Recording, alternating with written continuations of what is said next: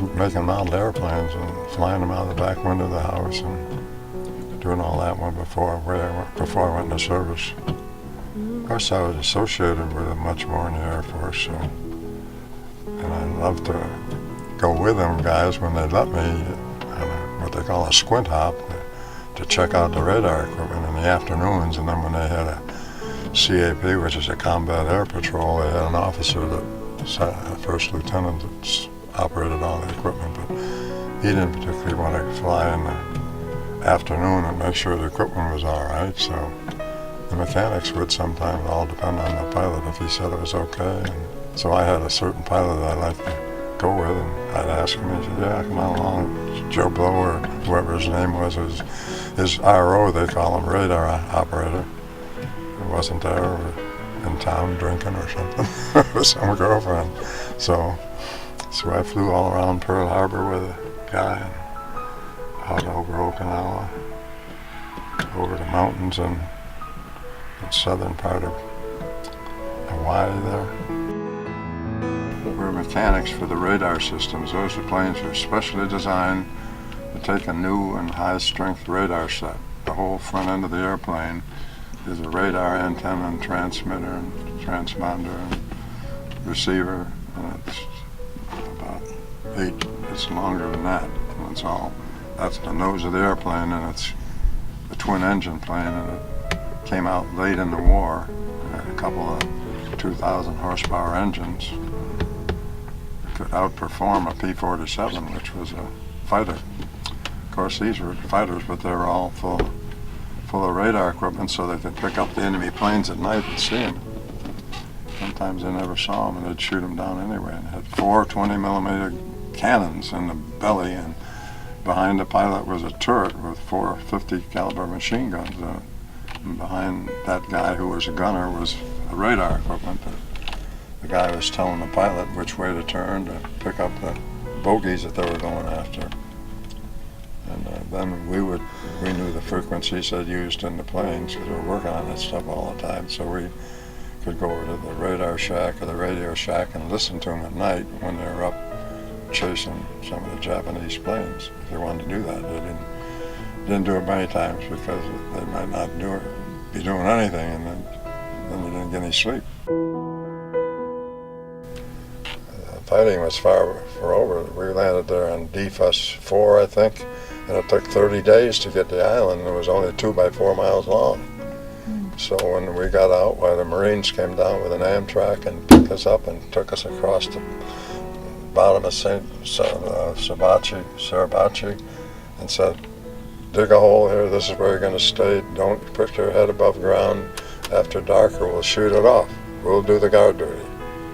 And so there was a 105 artillery battery right in there, and we dug holes all around these guns, and at night they would have fire missions. They had a guy that went up to the front lines and a spotter, and he'd check to see where the enemy was, and he had a telephone he could call back to the artillery group and call for what they call a fire mission, and it'd give them the coordinates of where the Japs were.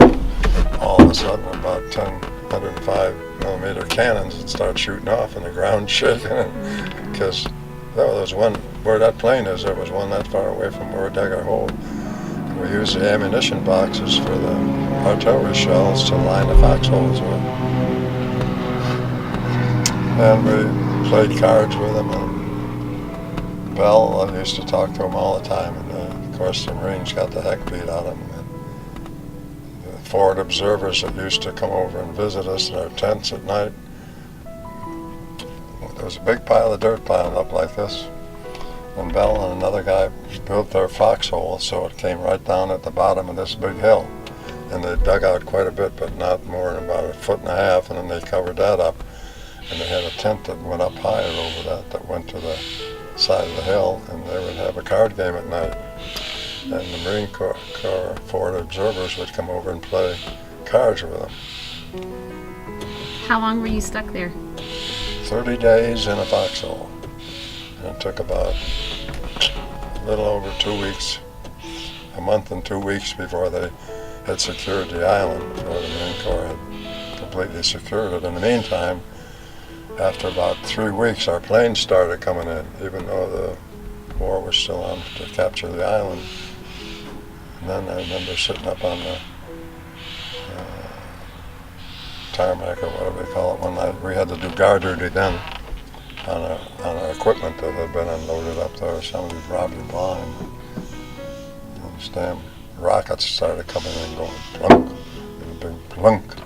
What the hell is that? Well, the Japanese had run out of any powder to put in the rocket head, and they were trying to hit the taxiways and runways so the planes couldn't use them. It scared the hell out of everybody. It was USS Thurston, which was a marine attack transport. And we got on it at Hawaii, and with a whole bunch of Marines, and we said, what the heck is going on here? Where are you guys going? They said, we're going where you're going. Where are you going? Nobody knew where they were going. So we thought, uh-oh. So we spent the next, over a month on the USS Thurston. Eniwetok, Saipan, laid in the harbor at Saipan for over a week, and Eniwetok for about a week. And then when we got to Saipan, the rumors started spreading that we were going to Iwo Jima. The Marines were going, and we were wondering what the heck we were even doing there, because we weren't supposed to go with the Marine Corps, but that's where things sort of got screwed up. We got put on an attack transport along with them, and then we didn't get off when they did, though. They bring the little ships. Attack transport's got a whole bunch of little ships sitting on its hatches, and they put those over the side and load the Marines in, and they go in for the beach landings. And then the coxswain who ran the boat would come back at night, and we'd talk to him about what's going on, and he says, that's a slaughterhouse in there. They didn't kill like that. So the next day they started bringing them back in the Higgins boats and the wounded and the dead, and they set up a hospital. They have a hospital on the attack transport anyway, but they really went to work then, and every day they had, boats going back and forth from the landing.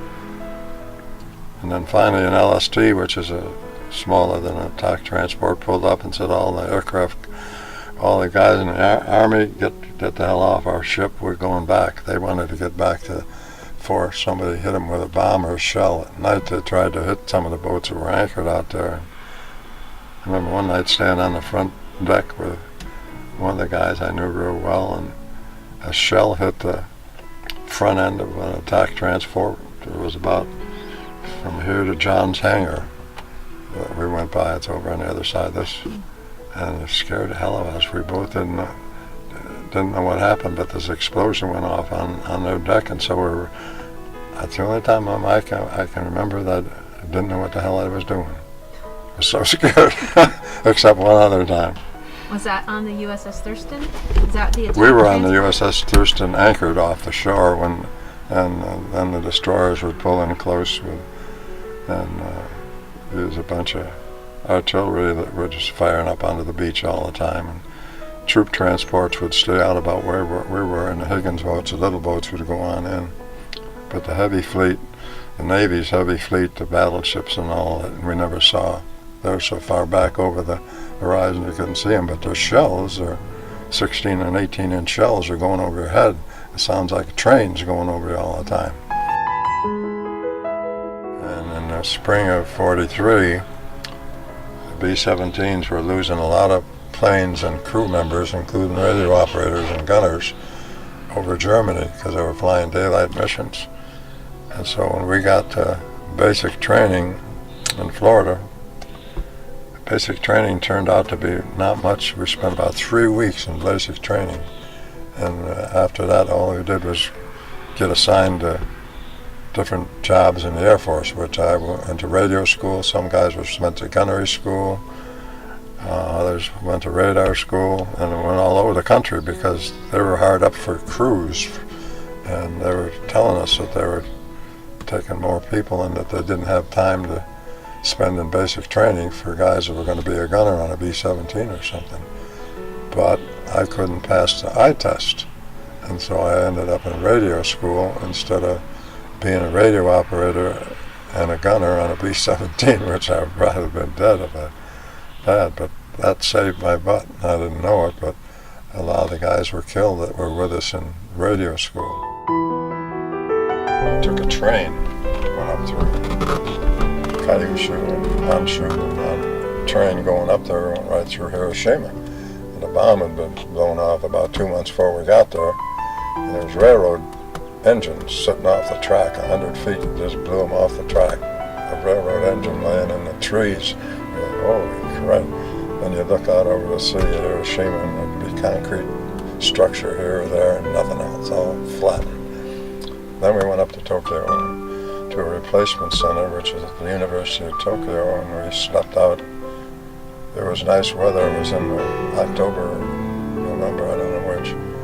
And so we'd sleep outside, and if it got cold, we went into one of these chemistry labs, and we found the door open. And finally they called our name, and they said, the first 50 guys come in, and we did. And they said, okay, now you're going to work. You're going to have to process a shipload, which means 700 guys. The Merchant Marine ship had come into Yokohama, and he was ready to take guys back to the States to the tune of 700. So they said, as soon as you can process 700, right, then you guys can get on the same boat.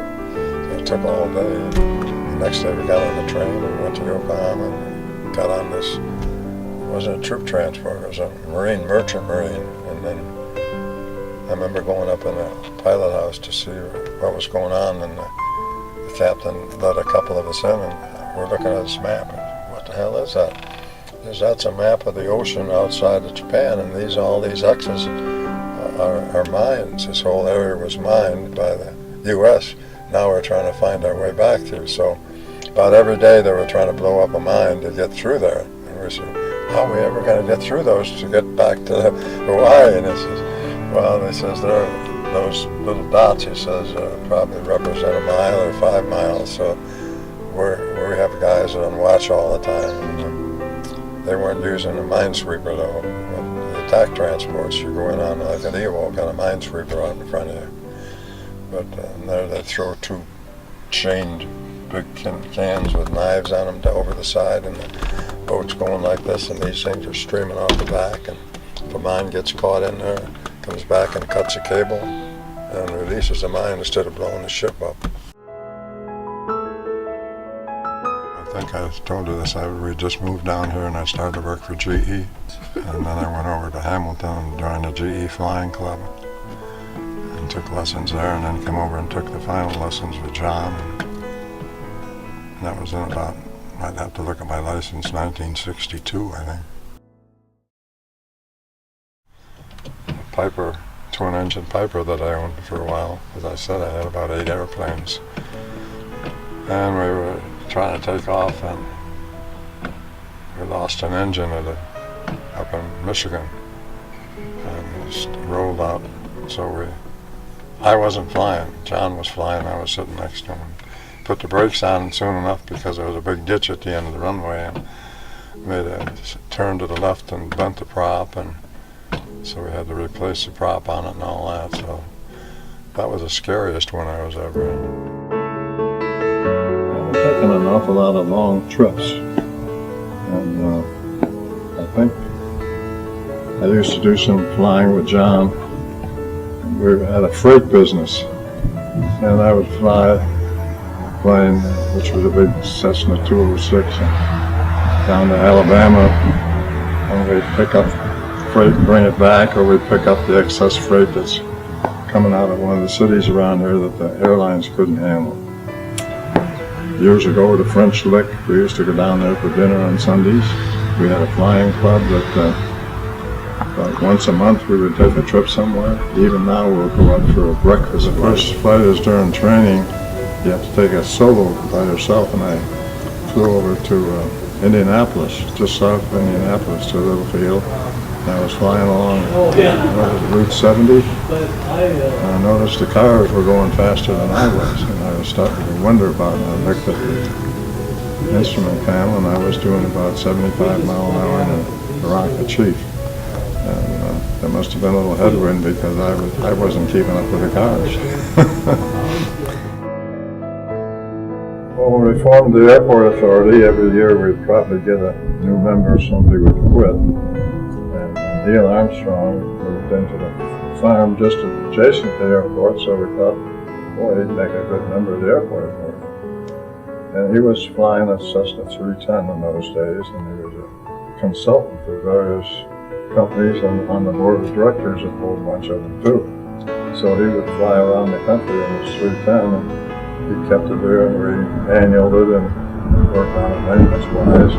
We asked him if he would join the airport authority, and he said yes he would. So he did, and he remained on it for quite a few years until he moved on to Cincinnati.